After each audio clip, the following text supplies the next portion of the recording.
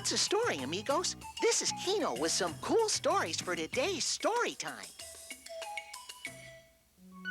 In our first story, a little magic makes life more colorful for Winnie and her cat. Now, Winnie could see Wilbur when he sat on a chair, when he lay on the carpet, when he crawled into the grass. Join Ellen DeGeneres in a search for a lost parrot. They searched in large cities and undeveloped countrysides. Then Meshack Taylor reads about a young boy who leaves his best friend home when he starts school. Eddie was very upset. So was Teddy. And a book about the special relationship among three sisters. I'm one of the three that likes the subway. Major funding for Storytime is made possible by a grant from Helen and Peter Bean, so that families everywhere can share the joy of reading with their children. Additional funding is provided by the Corporation for Public Broadcasting, by the annual financial support from viewers like you, and by the National Endowment for Children's Educational Television.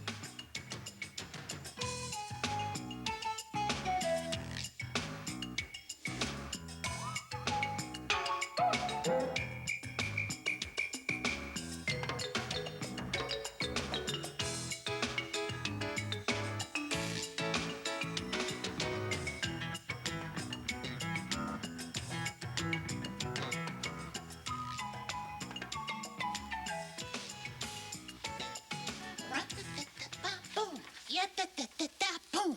Hi, Lucy. Hi, Kino. Oh, whoa. Hiya, Pete. How you doing? Boy, you are one beautiful bird. You're a rainbow with feathers. Oh, that's pretty good. He really is kind of a rainbow with feathers, isn't he? Yeah. There's blue and yellow and green and wow. You're drawing Pete's portrait. Yes, I am. And you know, I was just about to add the rainbow, the colors. You know what, Lucy? What? Every time I look at Pete, I get a happy feeling. Well, sometimes colors can affect the way you feel, you know. They can? Oh, you bet. Well, look, this bright red is a happy color, isn't it? Uh-huh. And so's this yellow, and this blue, and this green. Wow! How'd you do that? Well, sometimes you can make other colors out of other colors. And watch. I mixed the yellow with the blue, and I got green. Now, if I mix a little blue with red, I get purple. Whoa, cool. It's like magic. It kind of is, isn't it? Uh-huh. And you know what you just did? No. What? You just reminded me of a story, a wonderful story that mixes color and magic. Oh, I did? Oh, all right. Story. All right. Look, why don't you read it, okay? Okay. It's called Winnie the Witch, and it's by Corky Paul and Valerie Thomas. Okay.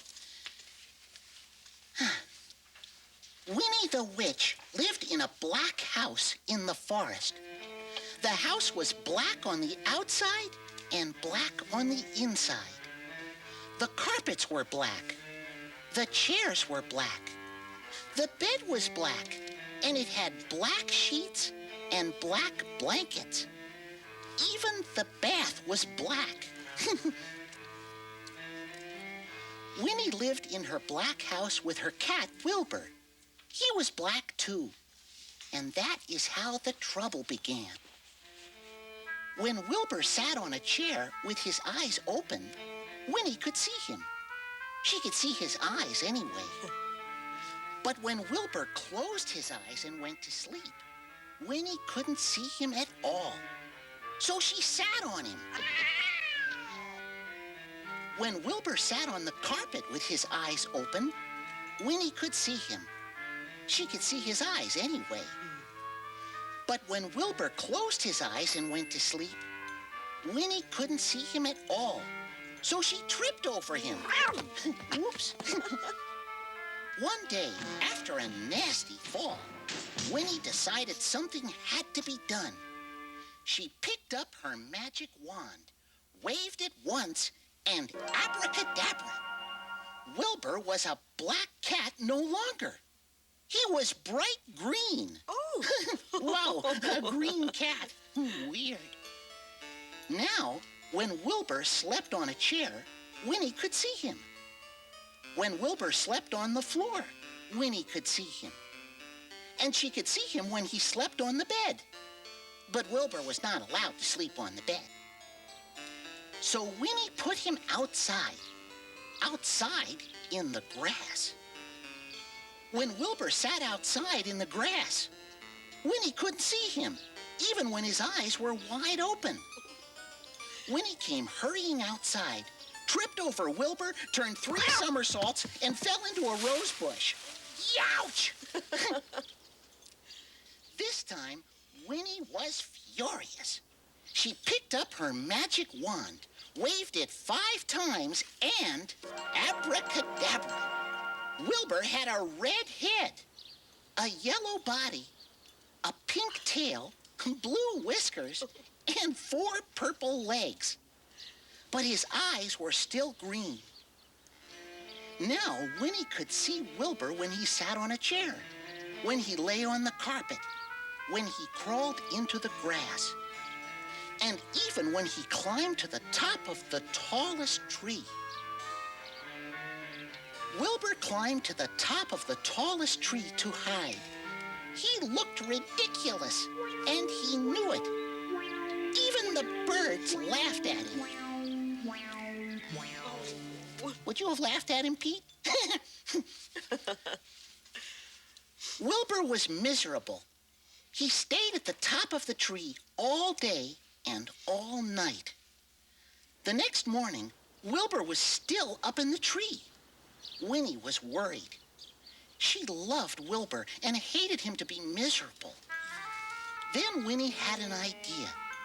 She waved her magic wand and abracadabra. Wilbur was a black cat once more. He came down from the tree purring.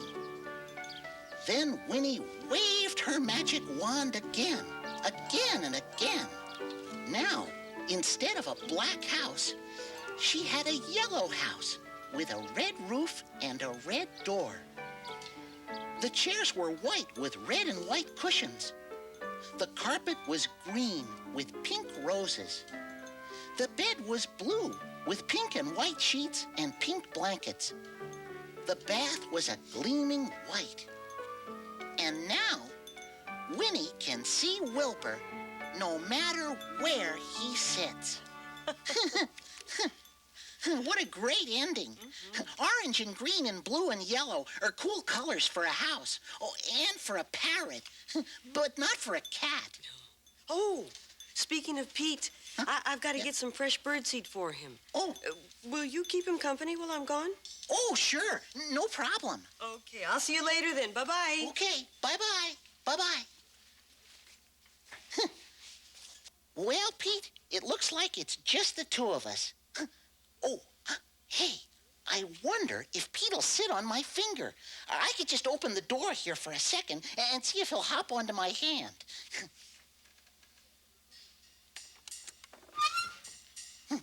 There we go. Oh, no! Oh, no, Pete! Pete, come back! Come back! Where'd you go? Oh, yikes! Oh, no! Oh, brother, I'm in trouble now. Oh, Mara! Mara! Something's happened! Mara! Mara! Oh, no! Hey, Kino! Look who's here! Kino! Kino, where are you? Oh, Mara! Mara! Something's happened. You see, I just opened the cage door and Pete and...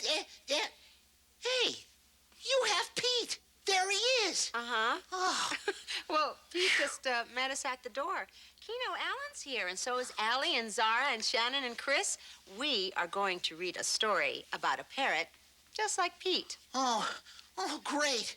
Oh, brother, that was a close one. Phew.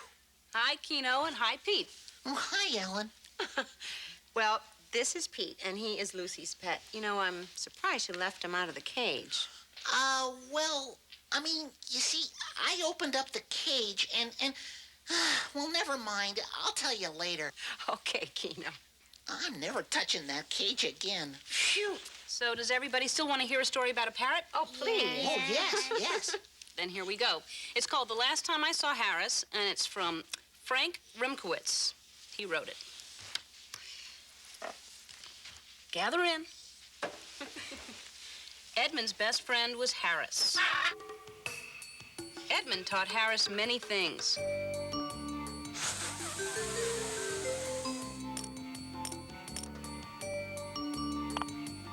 Most of all, they enjoyed playing color flashcards. The harder Edmund tapped, the more excited Harris became. He knew red, orange, yellow, green, and blue. When I teach him purple, he will know the whole color wheel, boasted Edmund. Mama was delighted. Perhaps he will become a great professor, she declared. I doubt it, said Papa.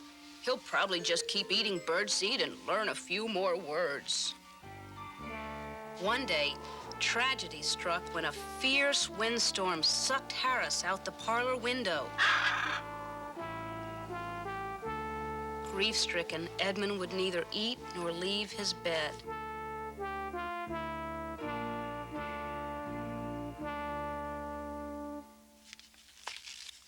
Each day, Mama rented a new parrot from a talent agency. Fine and dandy, sugar candy, da-da-dum-dum. You know that song. And then she said, so which one is the dummy? You put your right foot in, you take your right foot out. Oh, when those birds come marching in. Parrot of Spain, I adore you. Alas, none of them were skilled at playing color flashcards. Edmund grew pale and thin.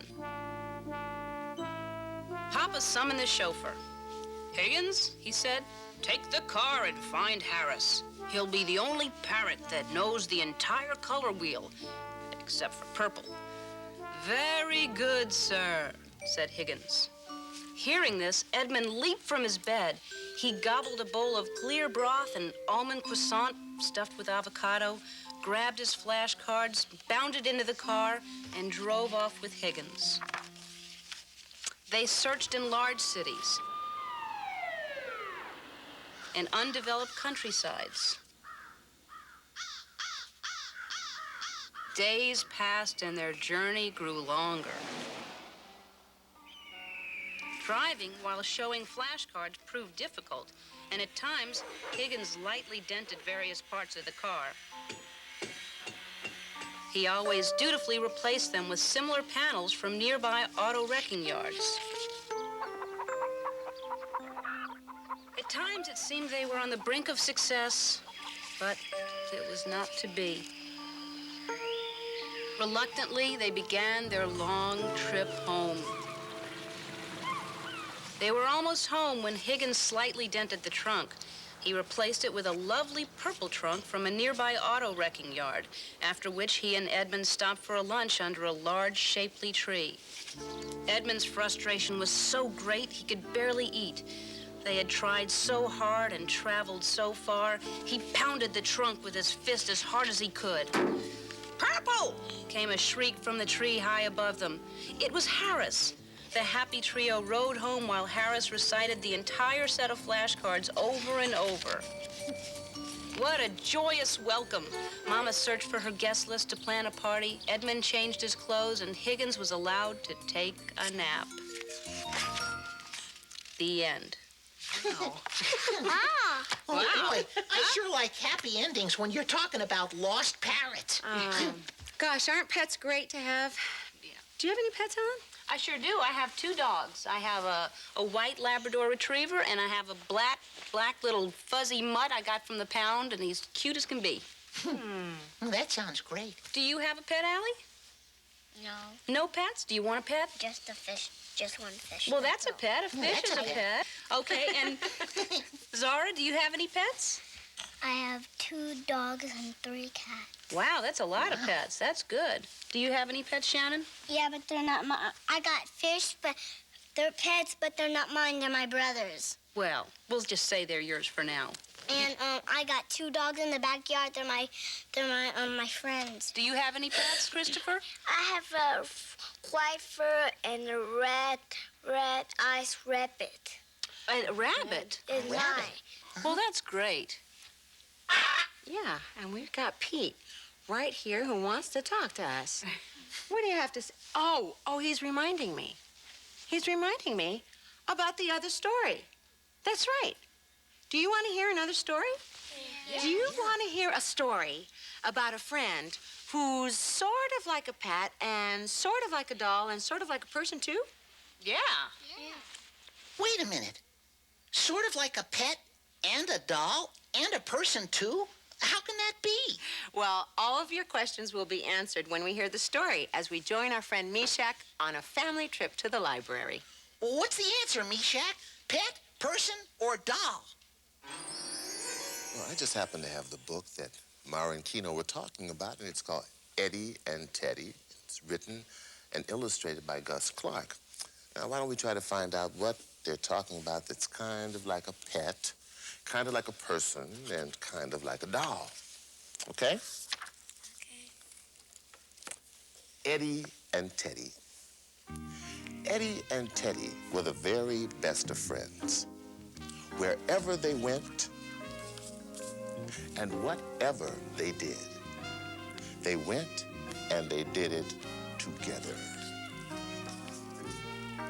They had been together for years and years. Eddie just couldn't remember a time when Teddy hadn't been there. They'd shared every moment. When Eddie had gone to see Santa Claus, Teddy had gone as well. And when Eddie fell off the kitchen table and banged his head, Teddy fell too. So one day, when Eddie went to big school and Mom said that Teddy should stay at home, Eddie was very upset. So was Teddy. But Eddie had lots of new things to do and people to meet. He soon cheered up. Teddy didn't. Mom tried everything. A story with a cuddle,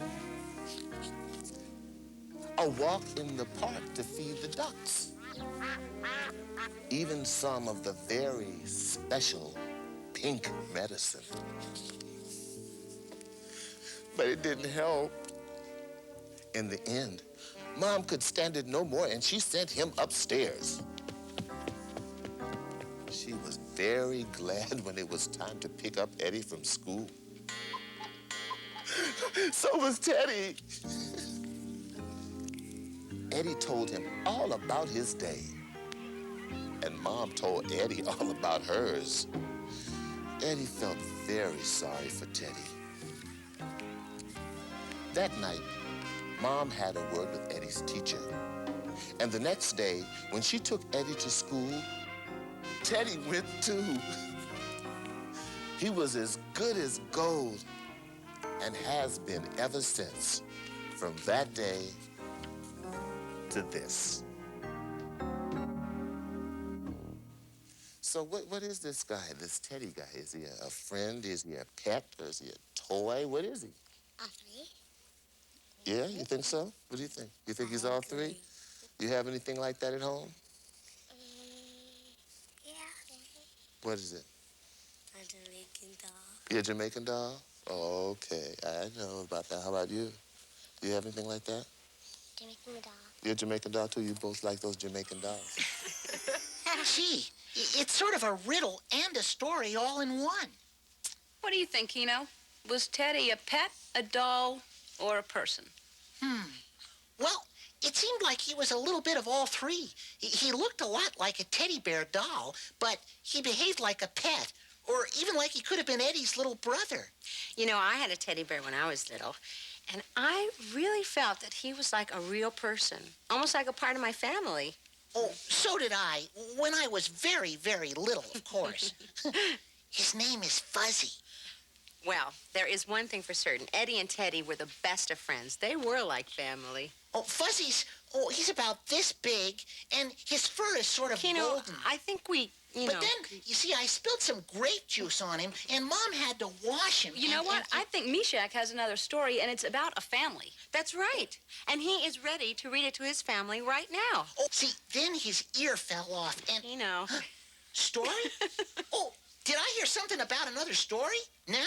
Oh, hey, wait for us, Meshack.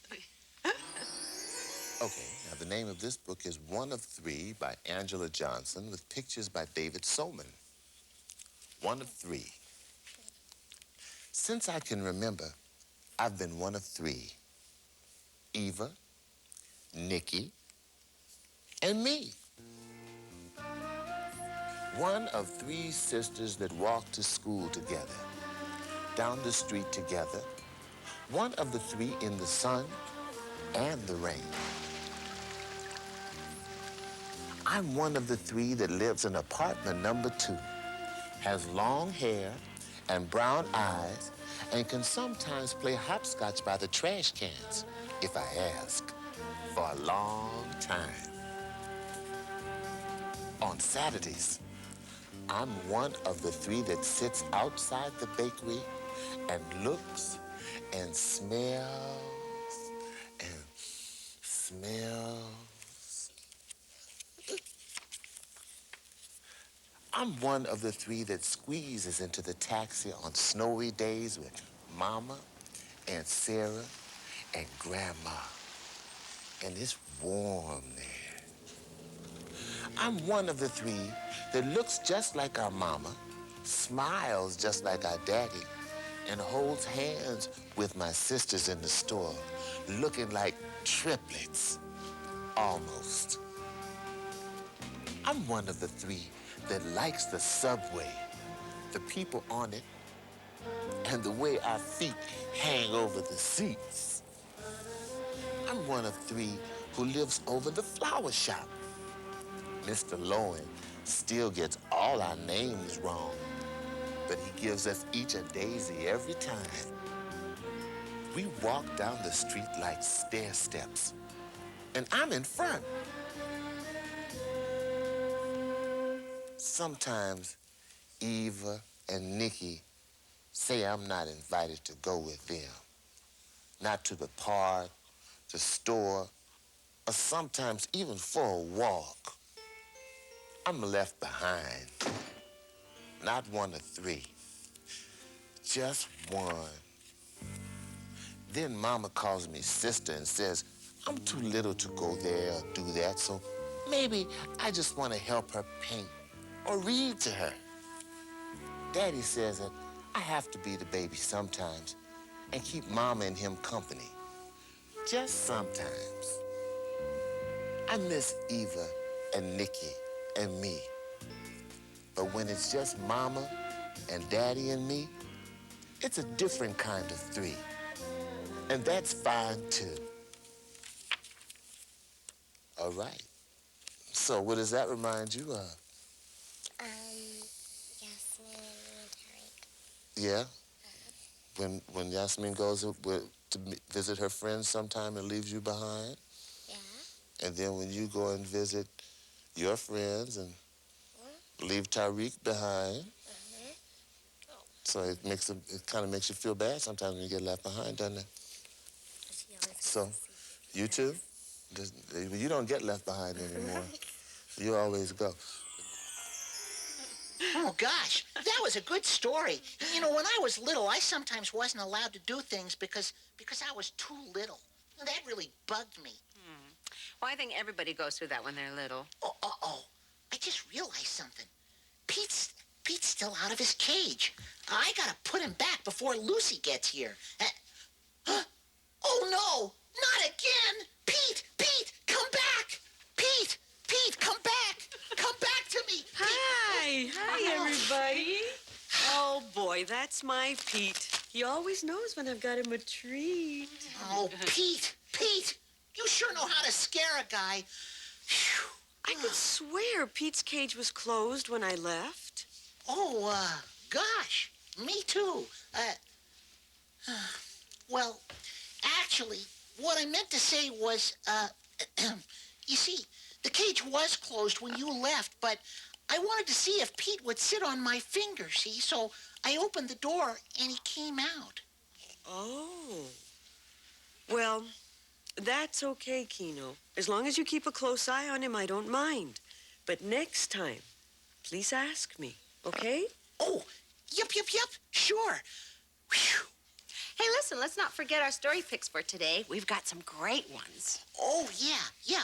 First, here's a book that's really close to my heart and to Fuzzy's. It's called Where's My Teddy? And I would like to recommend Job for Watilda.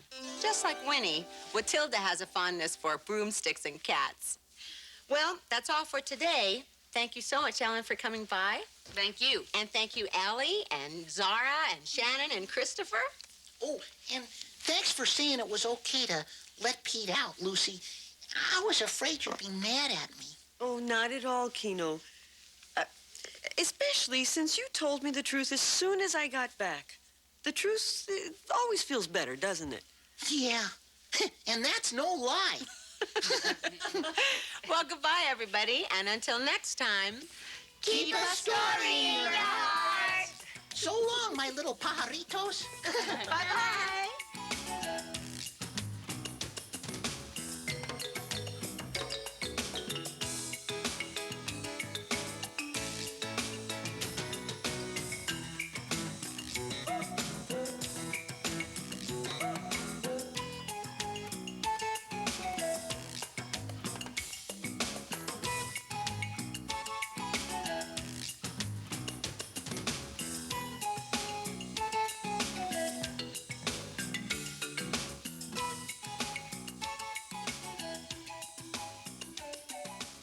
Today's Storytime books are Winnie the Witch by Corky Paul and Valerie Thomas. The Last Time I Saw Harris by Frank Remkowitz. Eddie and Teddy by Gus Clark. One of Three by Angela Johnson, pictures by David Soman. Where's My Teddy by Jez Albro. And A Job for Watilda by Carolyn and Mark Buhner. You can find these and other books at your local library. Major funding for Storytime is made possible by a grant from Helen and Peter Bing, so that families everywhere can share the joy of reading with their children.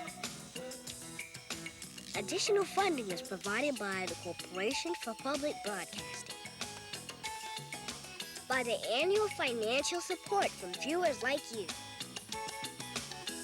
and by the National Endowment for Children's Educational Television. Storytime is a production of KCET Los Angeles. This is TBS.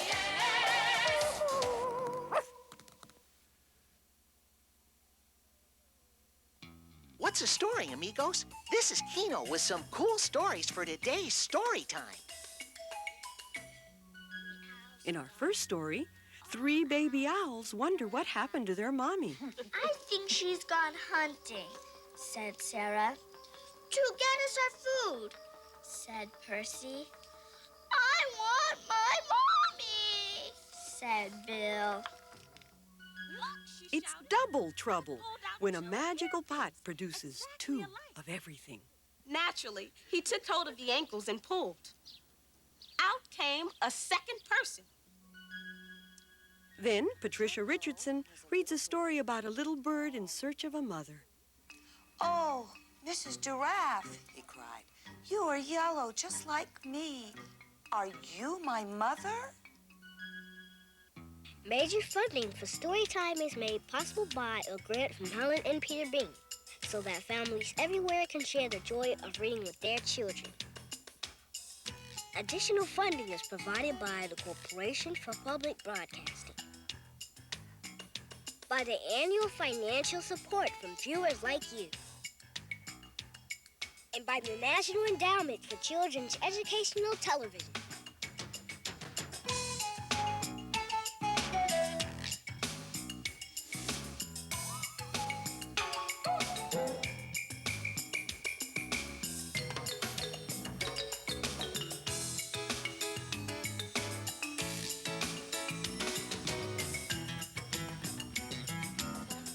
Three baby owls, Sarah and Percy and Bill, lived in a hole in the trunk of the tree with their owl mother. The hole had twigs and leaves.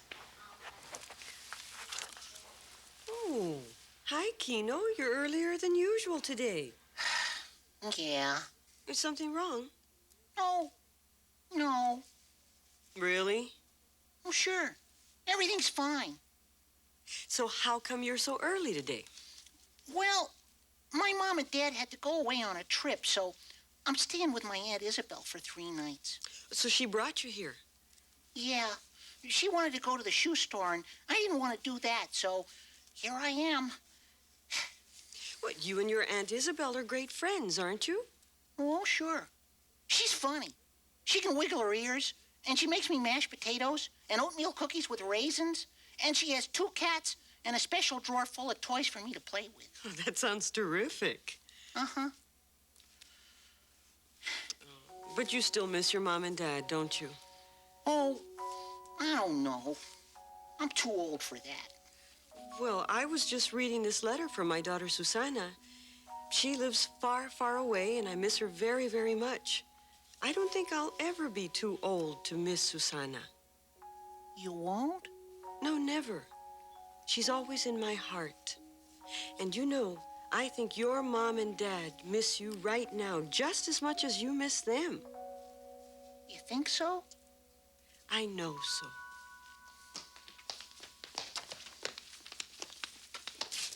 You know, my sister and I heard what you were saying, and we have a book we think you really like. My mom read it to us once when she was going away on a trip. Oh, really? Uh-huh. Would you like to hear it? Well, sure. Okay. It's called Owl Babies, and it's written by Martin Waddell and illustrated by Patrick Benson. Once there were 3 baby owls, Sarah and Percy and Bill. They lived in a hole in the trunk of a tree with their owl mother. The hole had twigs and leaves and owl feathers in it.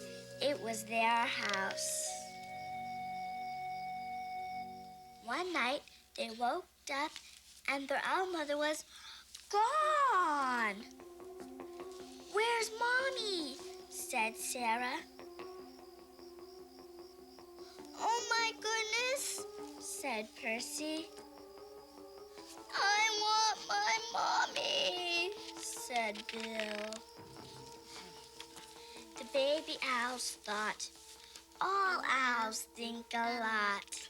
"I think she's gone hunting," said Sarah. "To get us our food," said Percy. "I want my Mommy," said Bill. But the owl mother didn't come. The baby owls came out of their house and they sat on a tree and waited.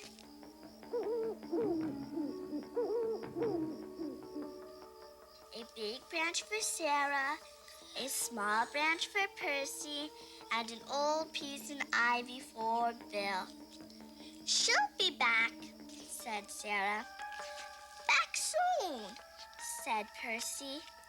"I want my Mommy," said Bill.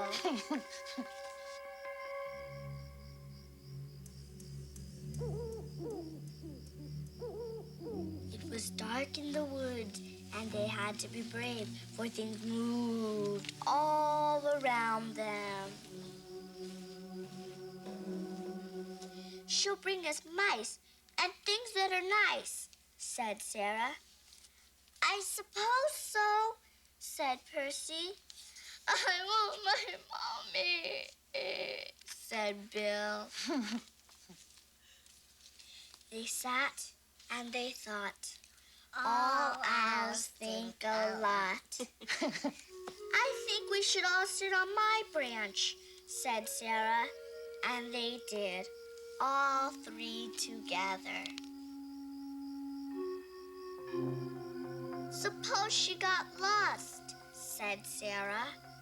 Or a fox got her, said Percy. I want my mommy, said Bill.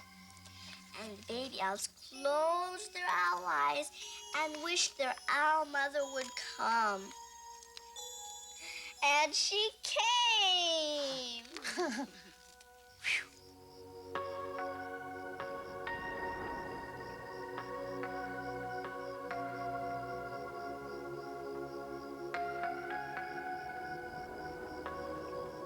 Soft and silent, she swooped through the trees to Sarah and Percy and Bill.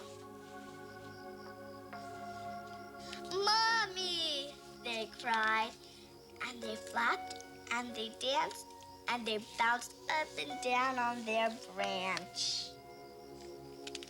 What's all the fuss? Their owl mother asked. You knew I'd come back. The baby owls thought. All owls think a lot. I knew it, said Sarah. And I knew it, said Percy. I love my mommy, said Bill. Oh, that was a wonderful story, Alina. I loved it when my mom read it to me. It made me feel better about her trip. How about you, Kino? Oh, yep. I feel a lot better. My mom will be back soon, and so will my dad. And meanwhile, I can pig out on mashed potatoes and oatmeal cookies with raisins. Right. Kino, that's funny. You know what else I can do? I can play with Aunt Isabel's cats and also her special drawer full of toys. Oh, right again. Glad I thought of that. But you know, I think I'd feel even better after another story. Oh, is that so? Yeah. Well, I see Kelly's here, so why don't we go over and ask her to read to us? Come on. Oh, yeah. Come on.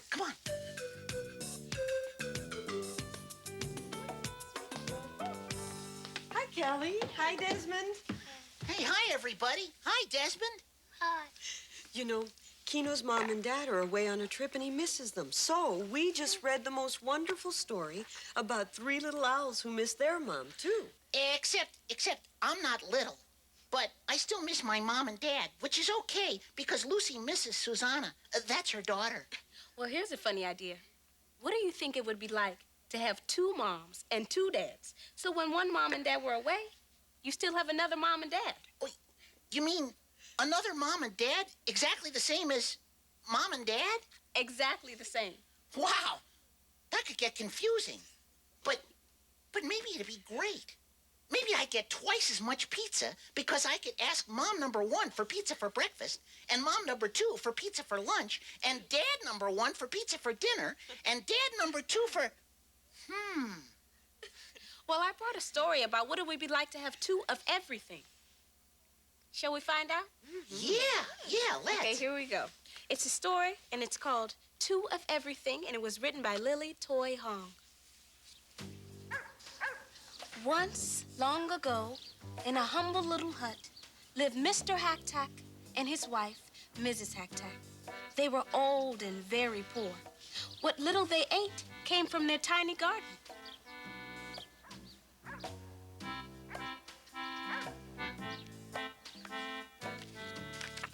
In a lucky year, when the harvest was plentiful, Mr. Hacktack had a little extra to take to the village. There, he traded turnips, potatoes, and other vegetables for clothing, lamp oil, and fresh seeds. One spring morning, when Mr. Hacktack was digging in his garden, his shovel struck something hard. Puzzled, he dug deeper into the dark ground until he came upon an ancient pot made of brass.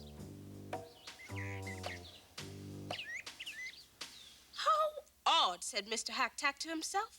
To think I have been digging here all these years and never came upon this pot before. I will take it home. Maybe Mrs. Hacktack can find some use for it. The pot was big and heavy for old Mr. Hacktack. As he stumbled along, his purse, which contained his last 5 gold coins, fell to the ground. He tossed it into the pot for safekeeping and staggered home. His wife greeted him at the door. Dear husband, what a strange pot. Mr. Hacktack explained how he found the pot. I wonder what we can do with it, said Mrs. Hacktack. It's too large to cook in and too small to bathe in. As Mrs. Hacktack leaned over to peer into the pot, her hairpin, the only one she owned, fell in. She felt around in the pot, and suddenly her eyes grew round with surprise. Look, she shouted. I've pulled out 2 hairpins, exactly alike, and 2 purses, too. Sure enough, the purses were identical, and so were the hairpins. Inside each purse were 5 gold coins.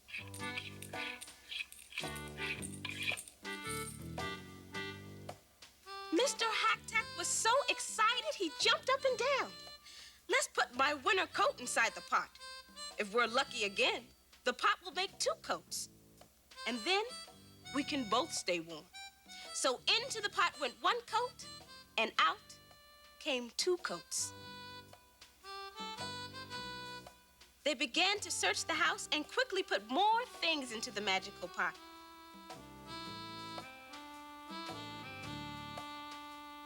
If we only had some meat, wished Mr. Hacktack, or fresh fruit, or 1 delicious sweet cake. Mrs. Hacktack smiled. I know how we can get anything we want, she said. She put their 10 coins into 1 purse and threw it into the pot.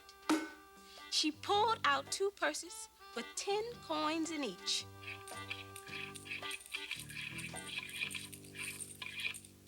What a clever wife I have, cried Mr. Hacktack. Each time we do this, we will have twice as much money as before.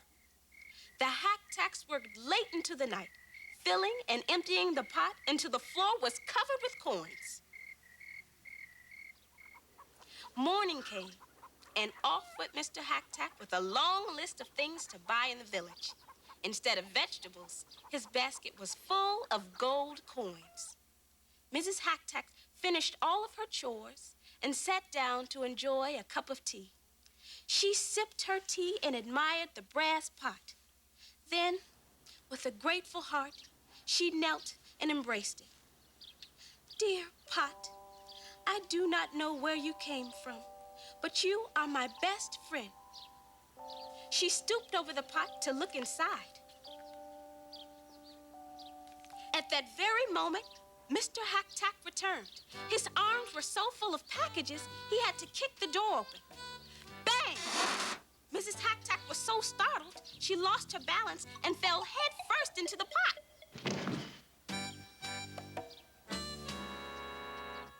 Mr. Hacktack ran over and grabbed his wife's legs. He pulled and tugged until she slid out onto the floor. But when he looked again at the pot, he gasped. 2 more legs were sticking out of it. Whoa. Naturally, he took hold of the ankles and pulled. Out came a second person. She looked exactly like his wife.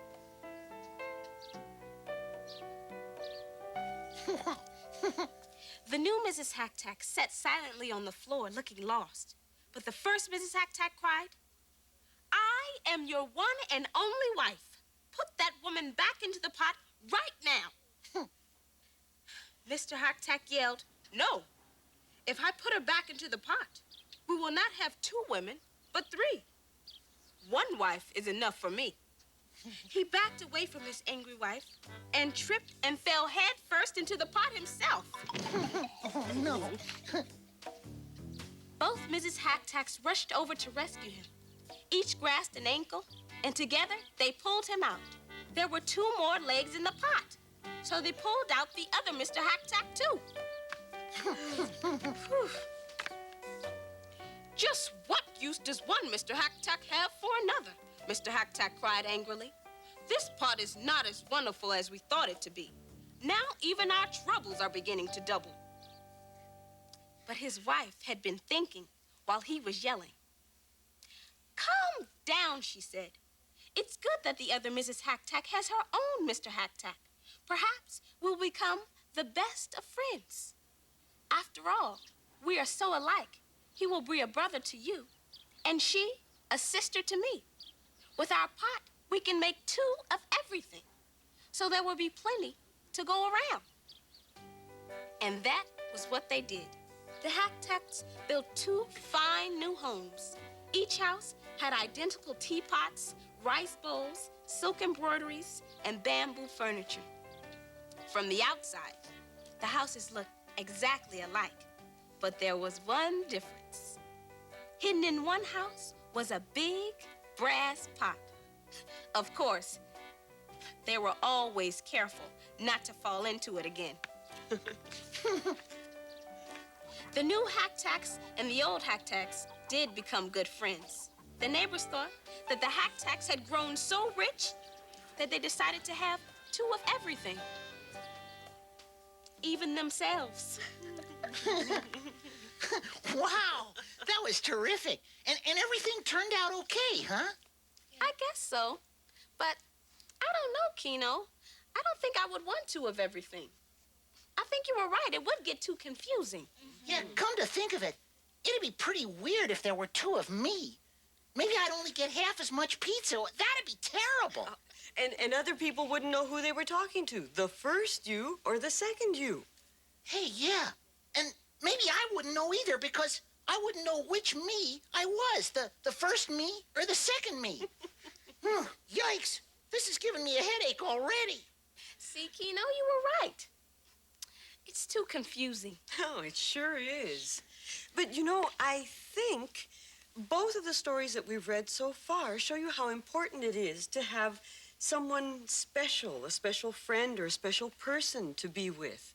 And for the owl babies, it was their mom. Right, and for Mr. and Mrs. Hack-Tack, it was each other.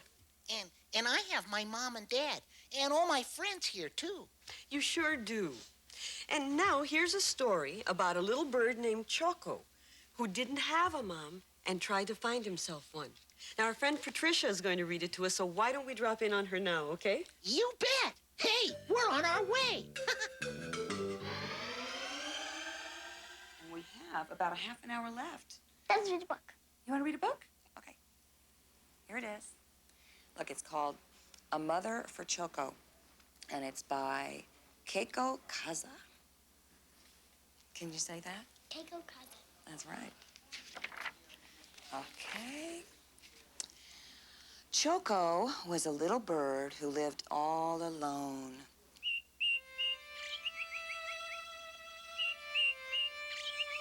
He wished he had a mother, but who could his mother be? One day, he set off to find her. First, Choco met Mrs. Giraffe. Oh, Mrs. Giraffe, he cried. You are yellow, just like me. Are you my mother? I'm sorry, sighed Mrs. Giraffe, but I don't have wings like you.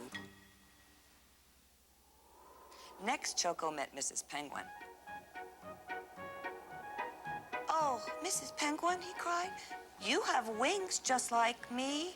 Are you my mother?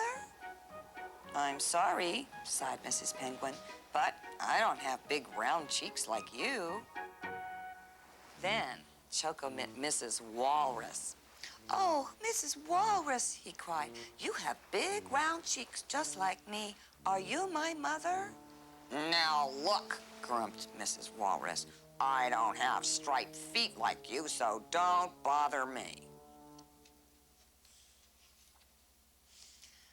No matter where Choco searched, he couldn't find a mother who looked just like him.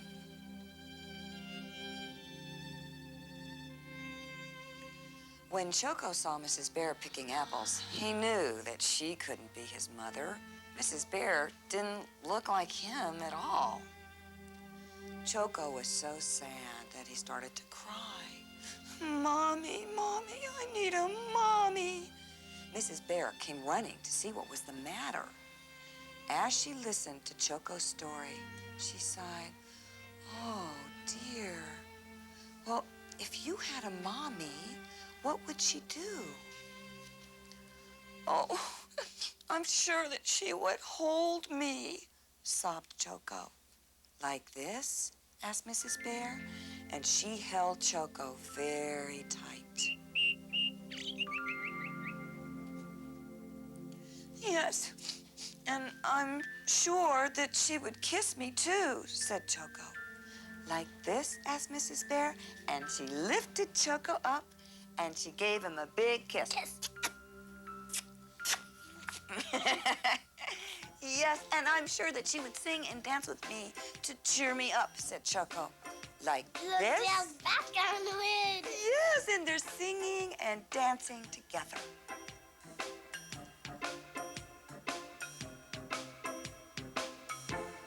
When they stopped to rest, Mrs. Bear turned to Choco and said, "Choco, maybe I could be your mother." "You?" Choco cried. "But you aren't yellow, and you don't have wings or big round cheeks or striped feet like me." "My goodness," said Mrs. Bear, "that would make me look very funny." Choco thought it was funny, too. "Well," said Mrs. Bear, "my other children are waiting for me at home. Why don't you join us for apple pie, Choco?" Apple pie sounded wonderful to Choco, so off they went. When they arrived, Mrs. Bear's other children rushed out to greet her. "Choco," said Mrs. Bear, "meet Hippie, Allie, and Piggy. I am their mother, too." The sweet smell of apple pie and the sound of laughter soon filled Mrs. Bear's home.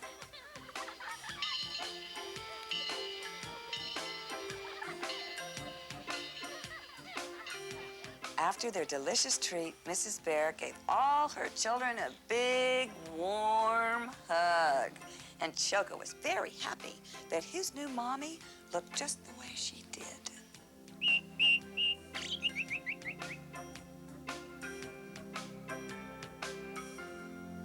What do you think? That was a good book. You like it? Yeah. Yeah? What was your favorite part? Let me show you. Okay. The bear part. The bear part? All the bear parts. All the bear parts. Yep. It's nice when Mrs. Bear turns up in his life, isn't it? Yeah. Oh, boy, that was a great story. You know, that Mother Bear was a great mom to a bird and a hippopotamus and a pig and even to an alligator. Well, I think the most important thing a mother does is love you. Don't you, Kino? Yeah, I know my mom loves me, and I guess I love her, too. What? What was that, Kino? Oh, I love her. I do. And my dad, too. Of course you do. And you know what? I think your Aunt Isabel loves you, too. And she'll make a wonderful mother until your own mother gets back. Yep. And her oatmeal cookies are awesome. Well, should we tell everyone about our story picks for this week? Oh, yeah, sure, Lucy. I'll tell you what. You start, and I'll finish. Okay. I'd like to recommend a book I bought for my daughter, Susanna, so she could read it to her daughter, Hannah. That makes Hannah my granddaughter. The book is called This Quiet Lady, and it's about a little girl who discovers that her mother was once a little girl, too. Oh, and Lucy, I found a book I want to read with my mom when she gets back. Maybe we'll even cuddle up for this one. It's called On Mother's Lap. It's one of my favorite places when I was little, of course. Oh, well, that's a wonderful book, Kino. Well, thank you, Kelly. And thank you, Elena, and all the rest of you. And until next time, When Kino's mom and dad will be back home safe and sound, and Kino will be stuffed with delicious mashed potatoes and oatmeal cookies. Oh, don't forget the raisins. Oh, delicious mashed potatoes and oatmeal cookies with raisins. Keep a story in your heart. Bye, everybody.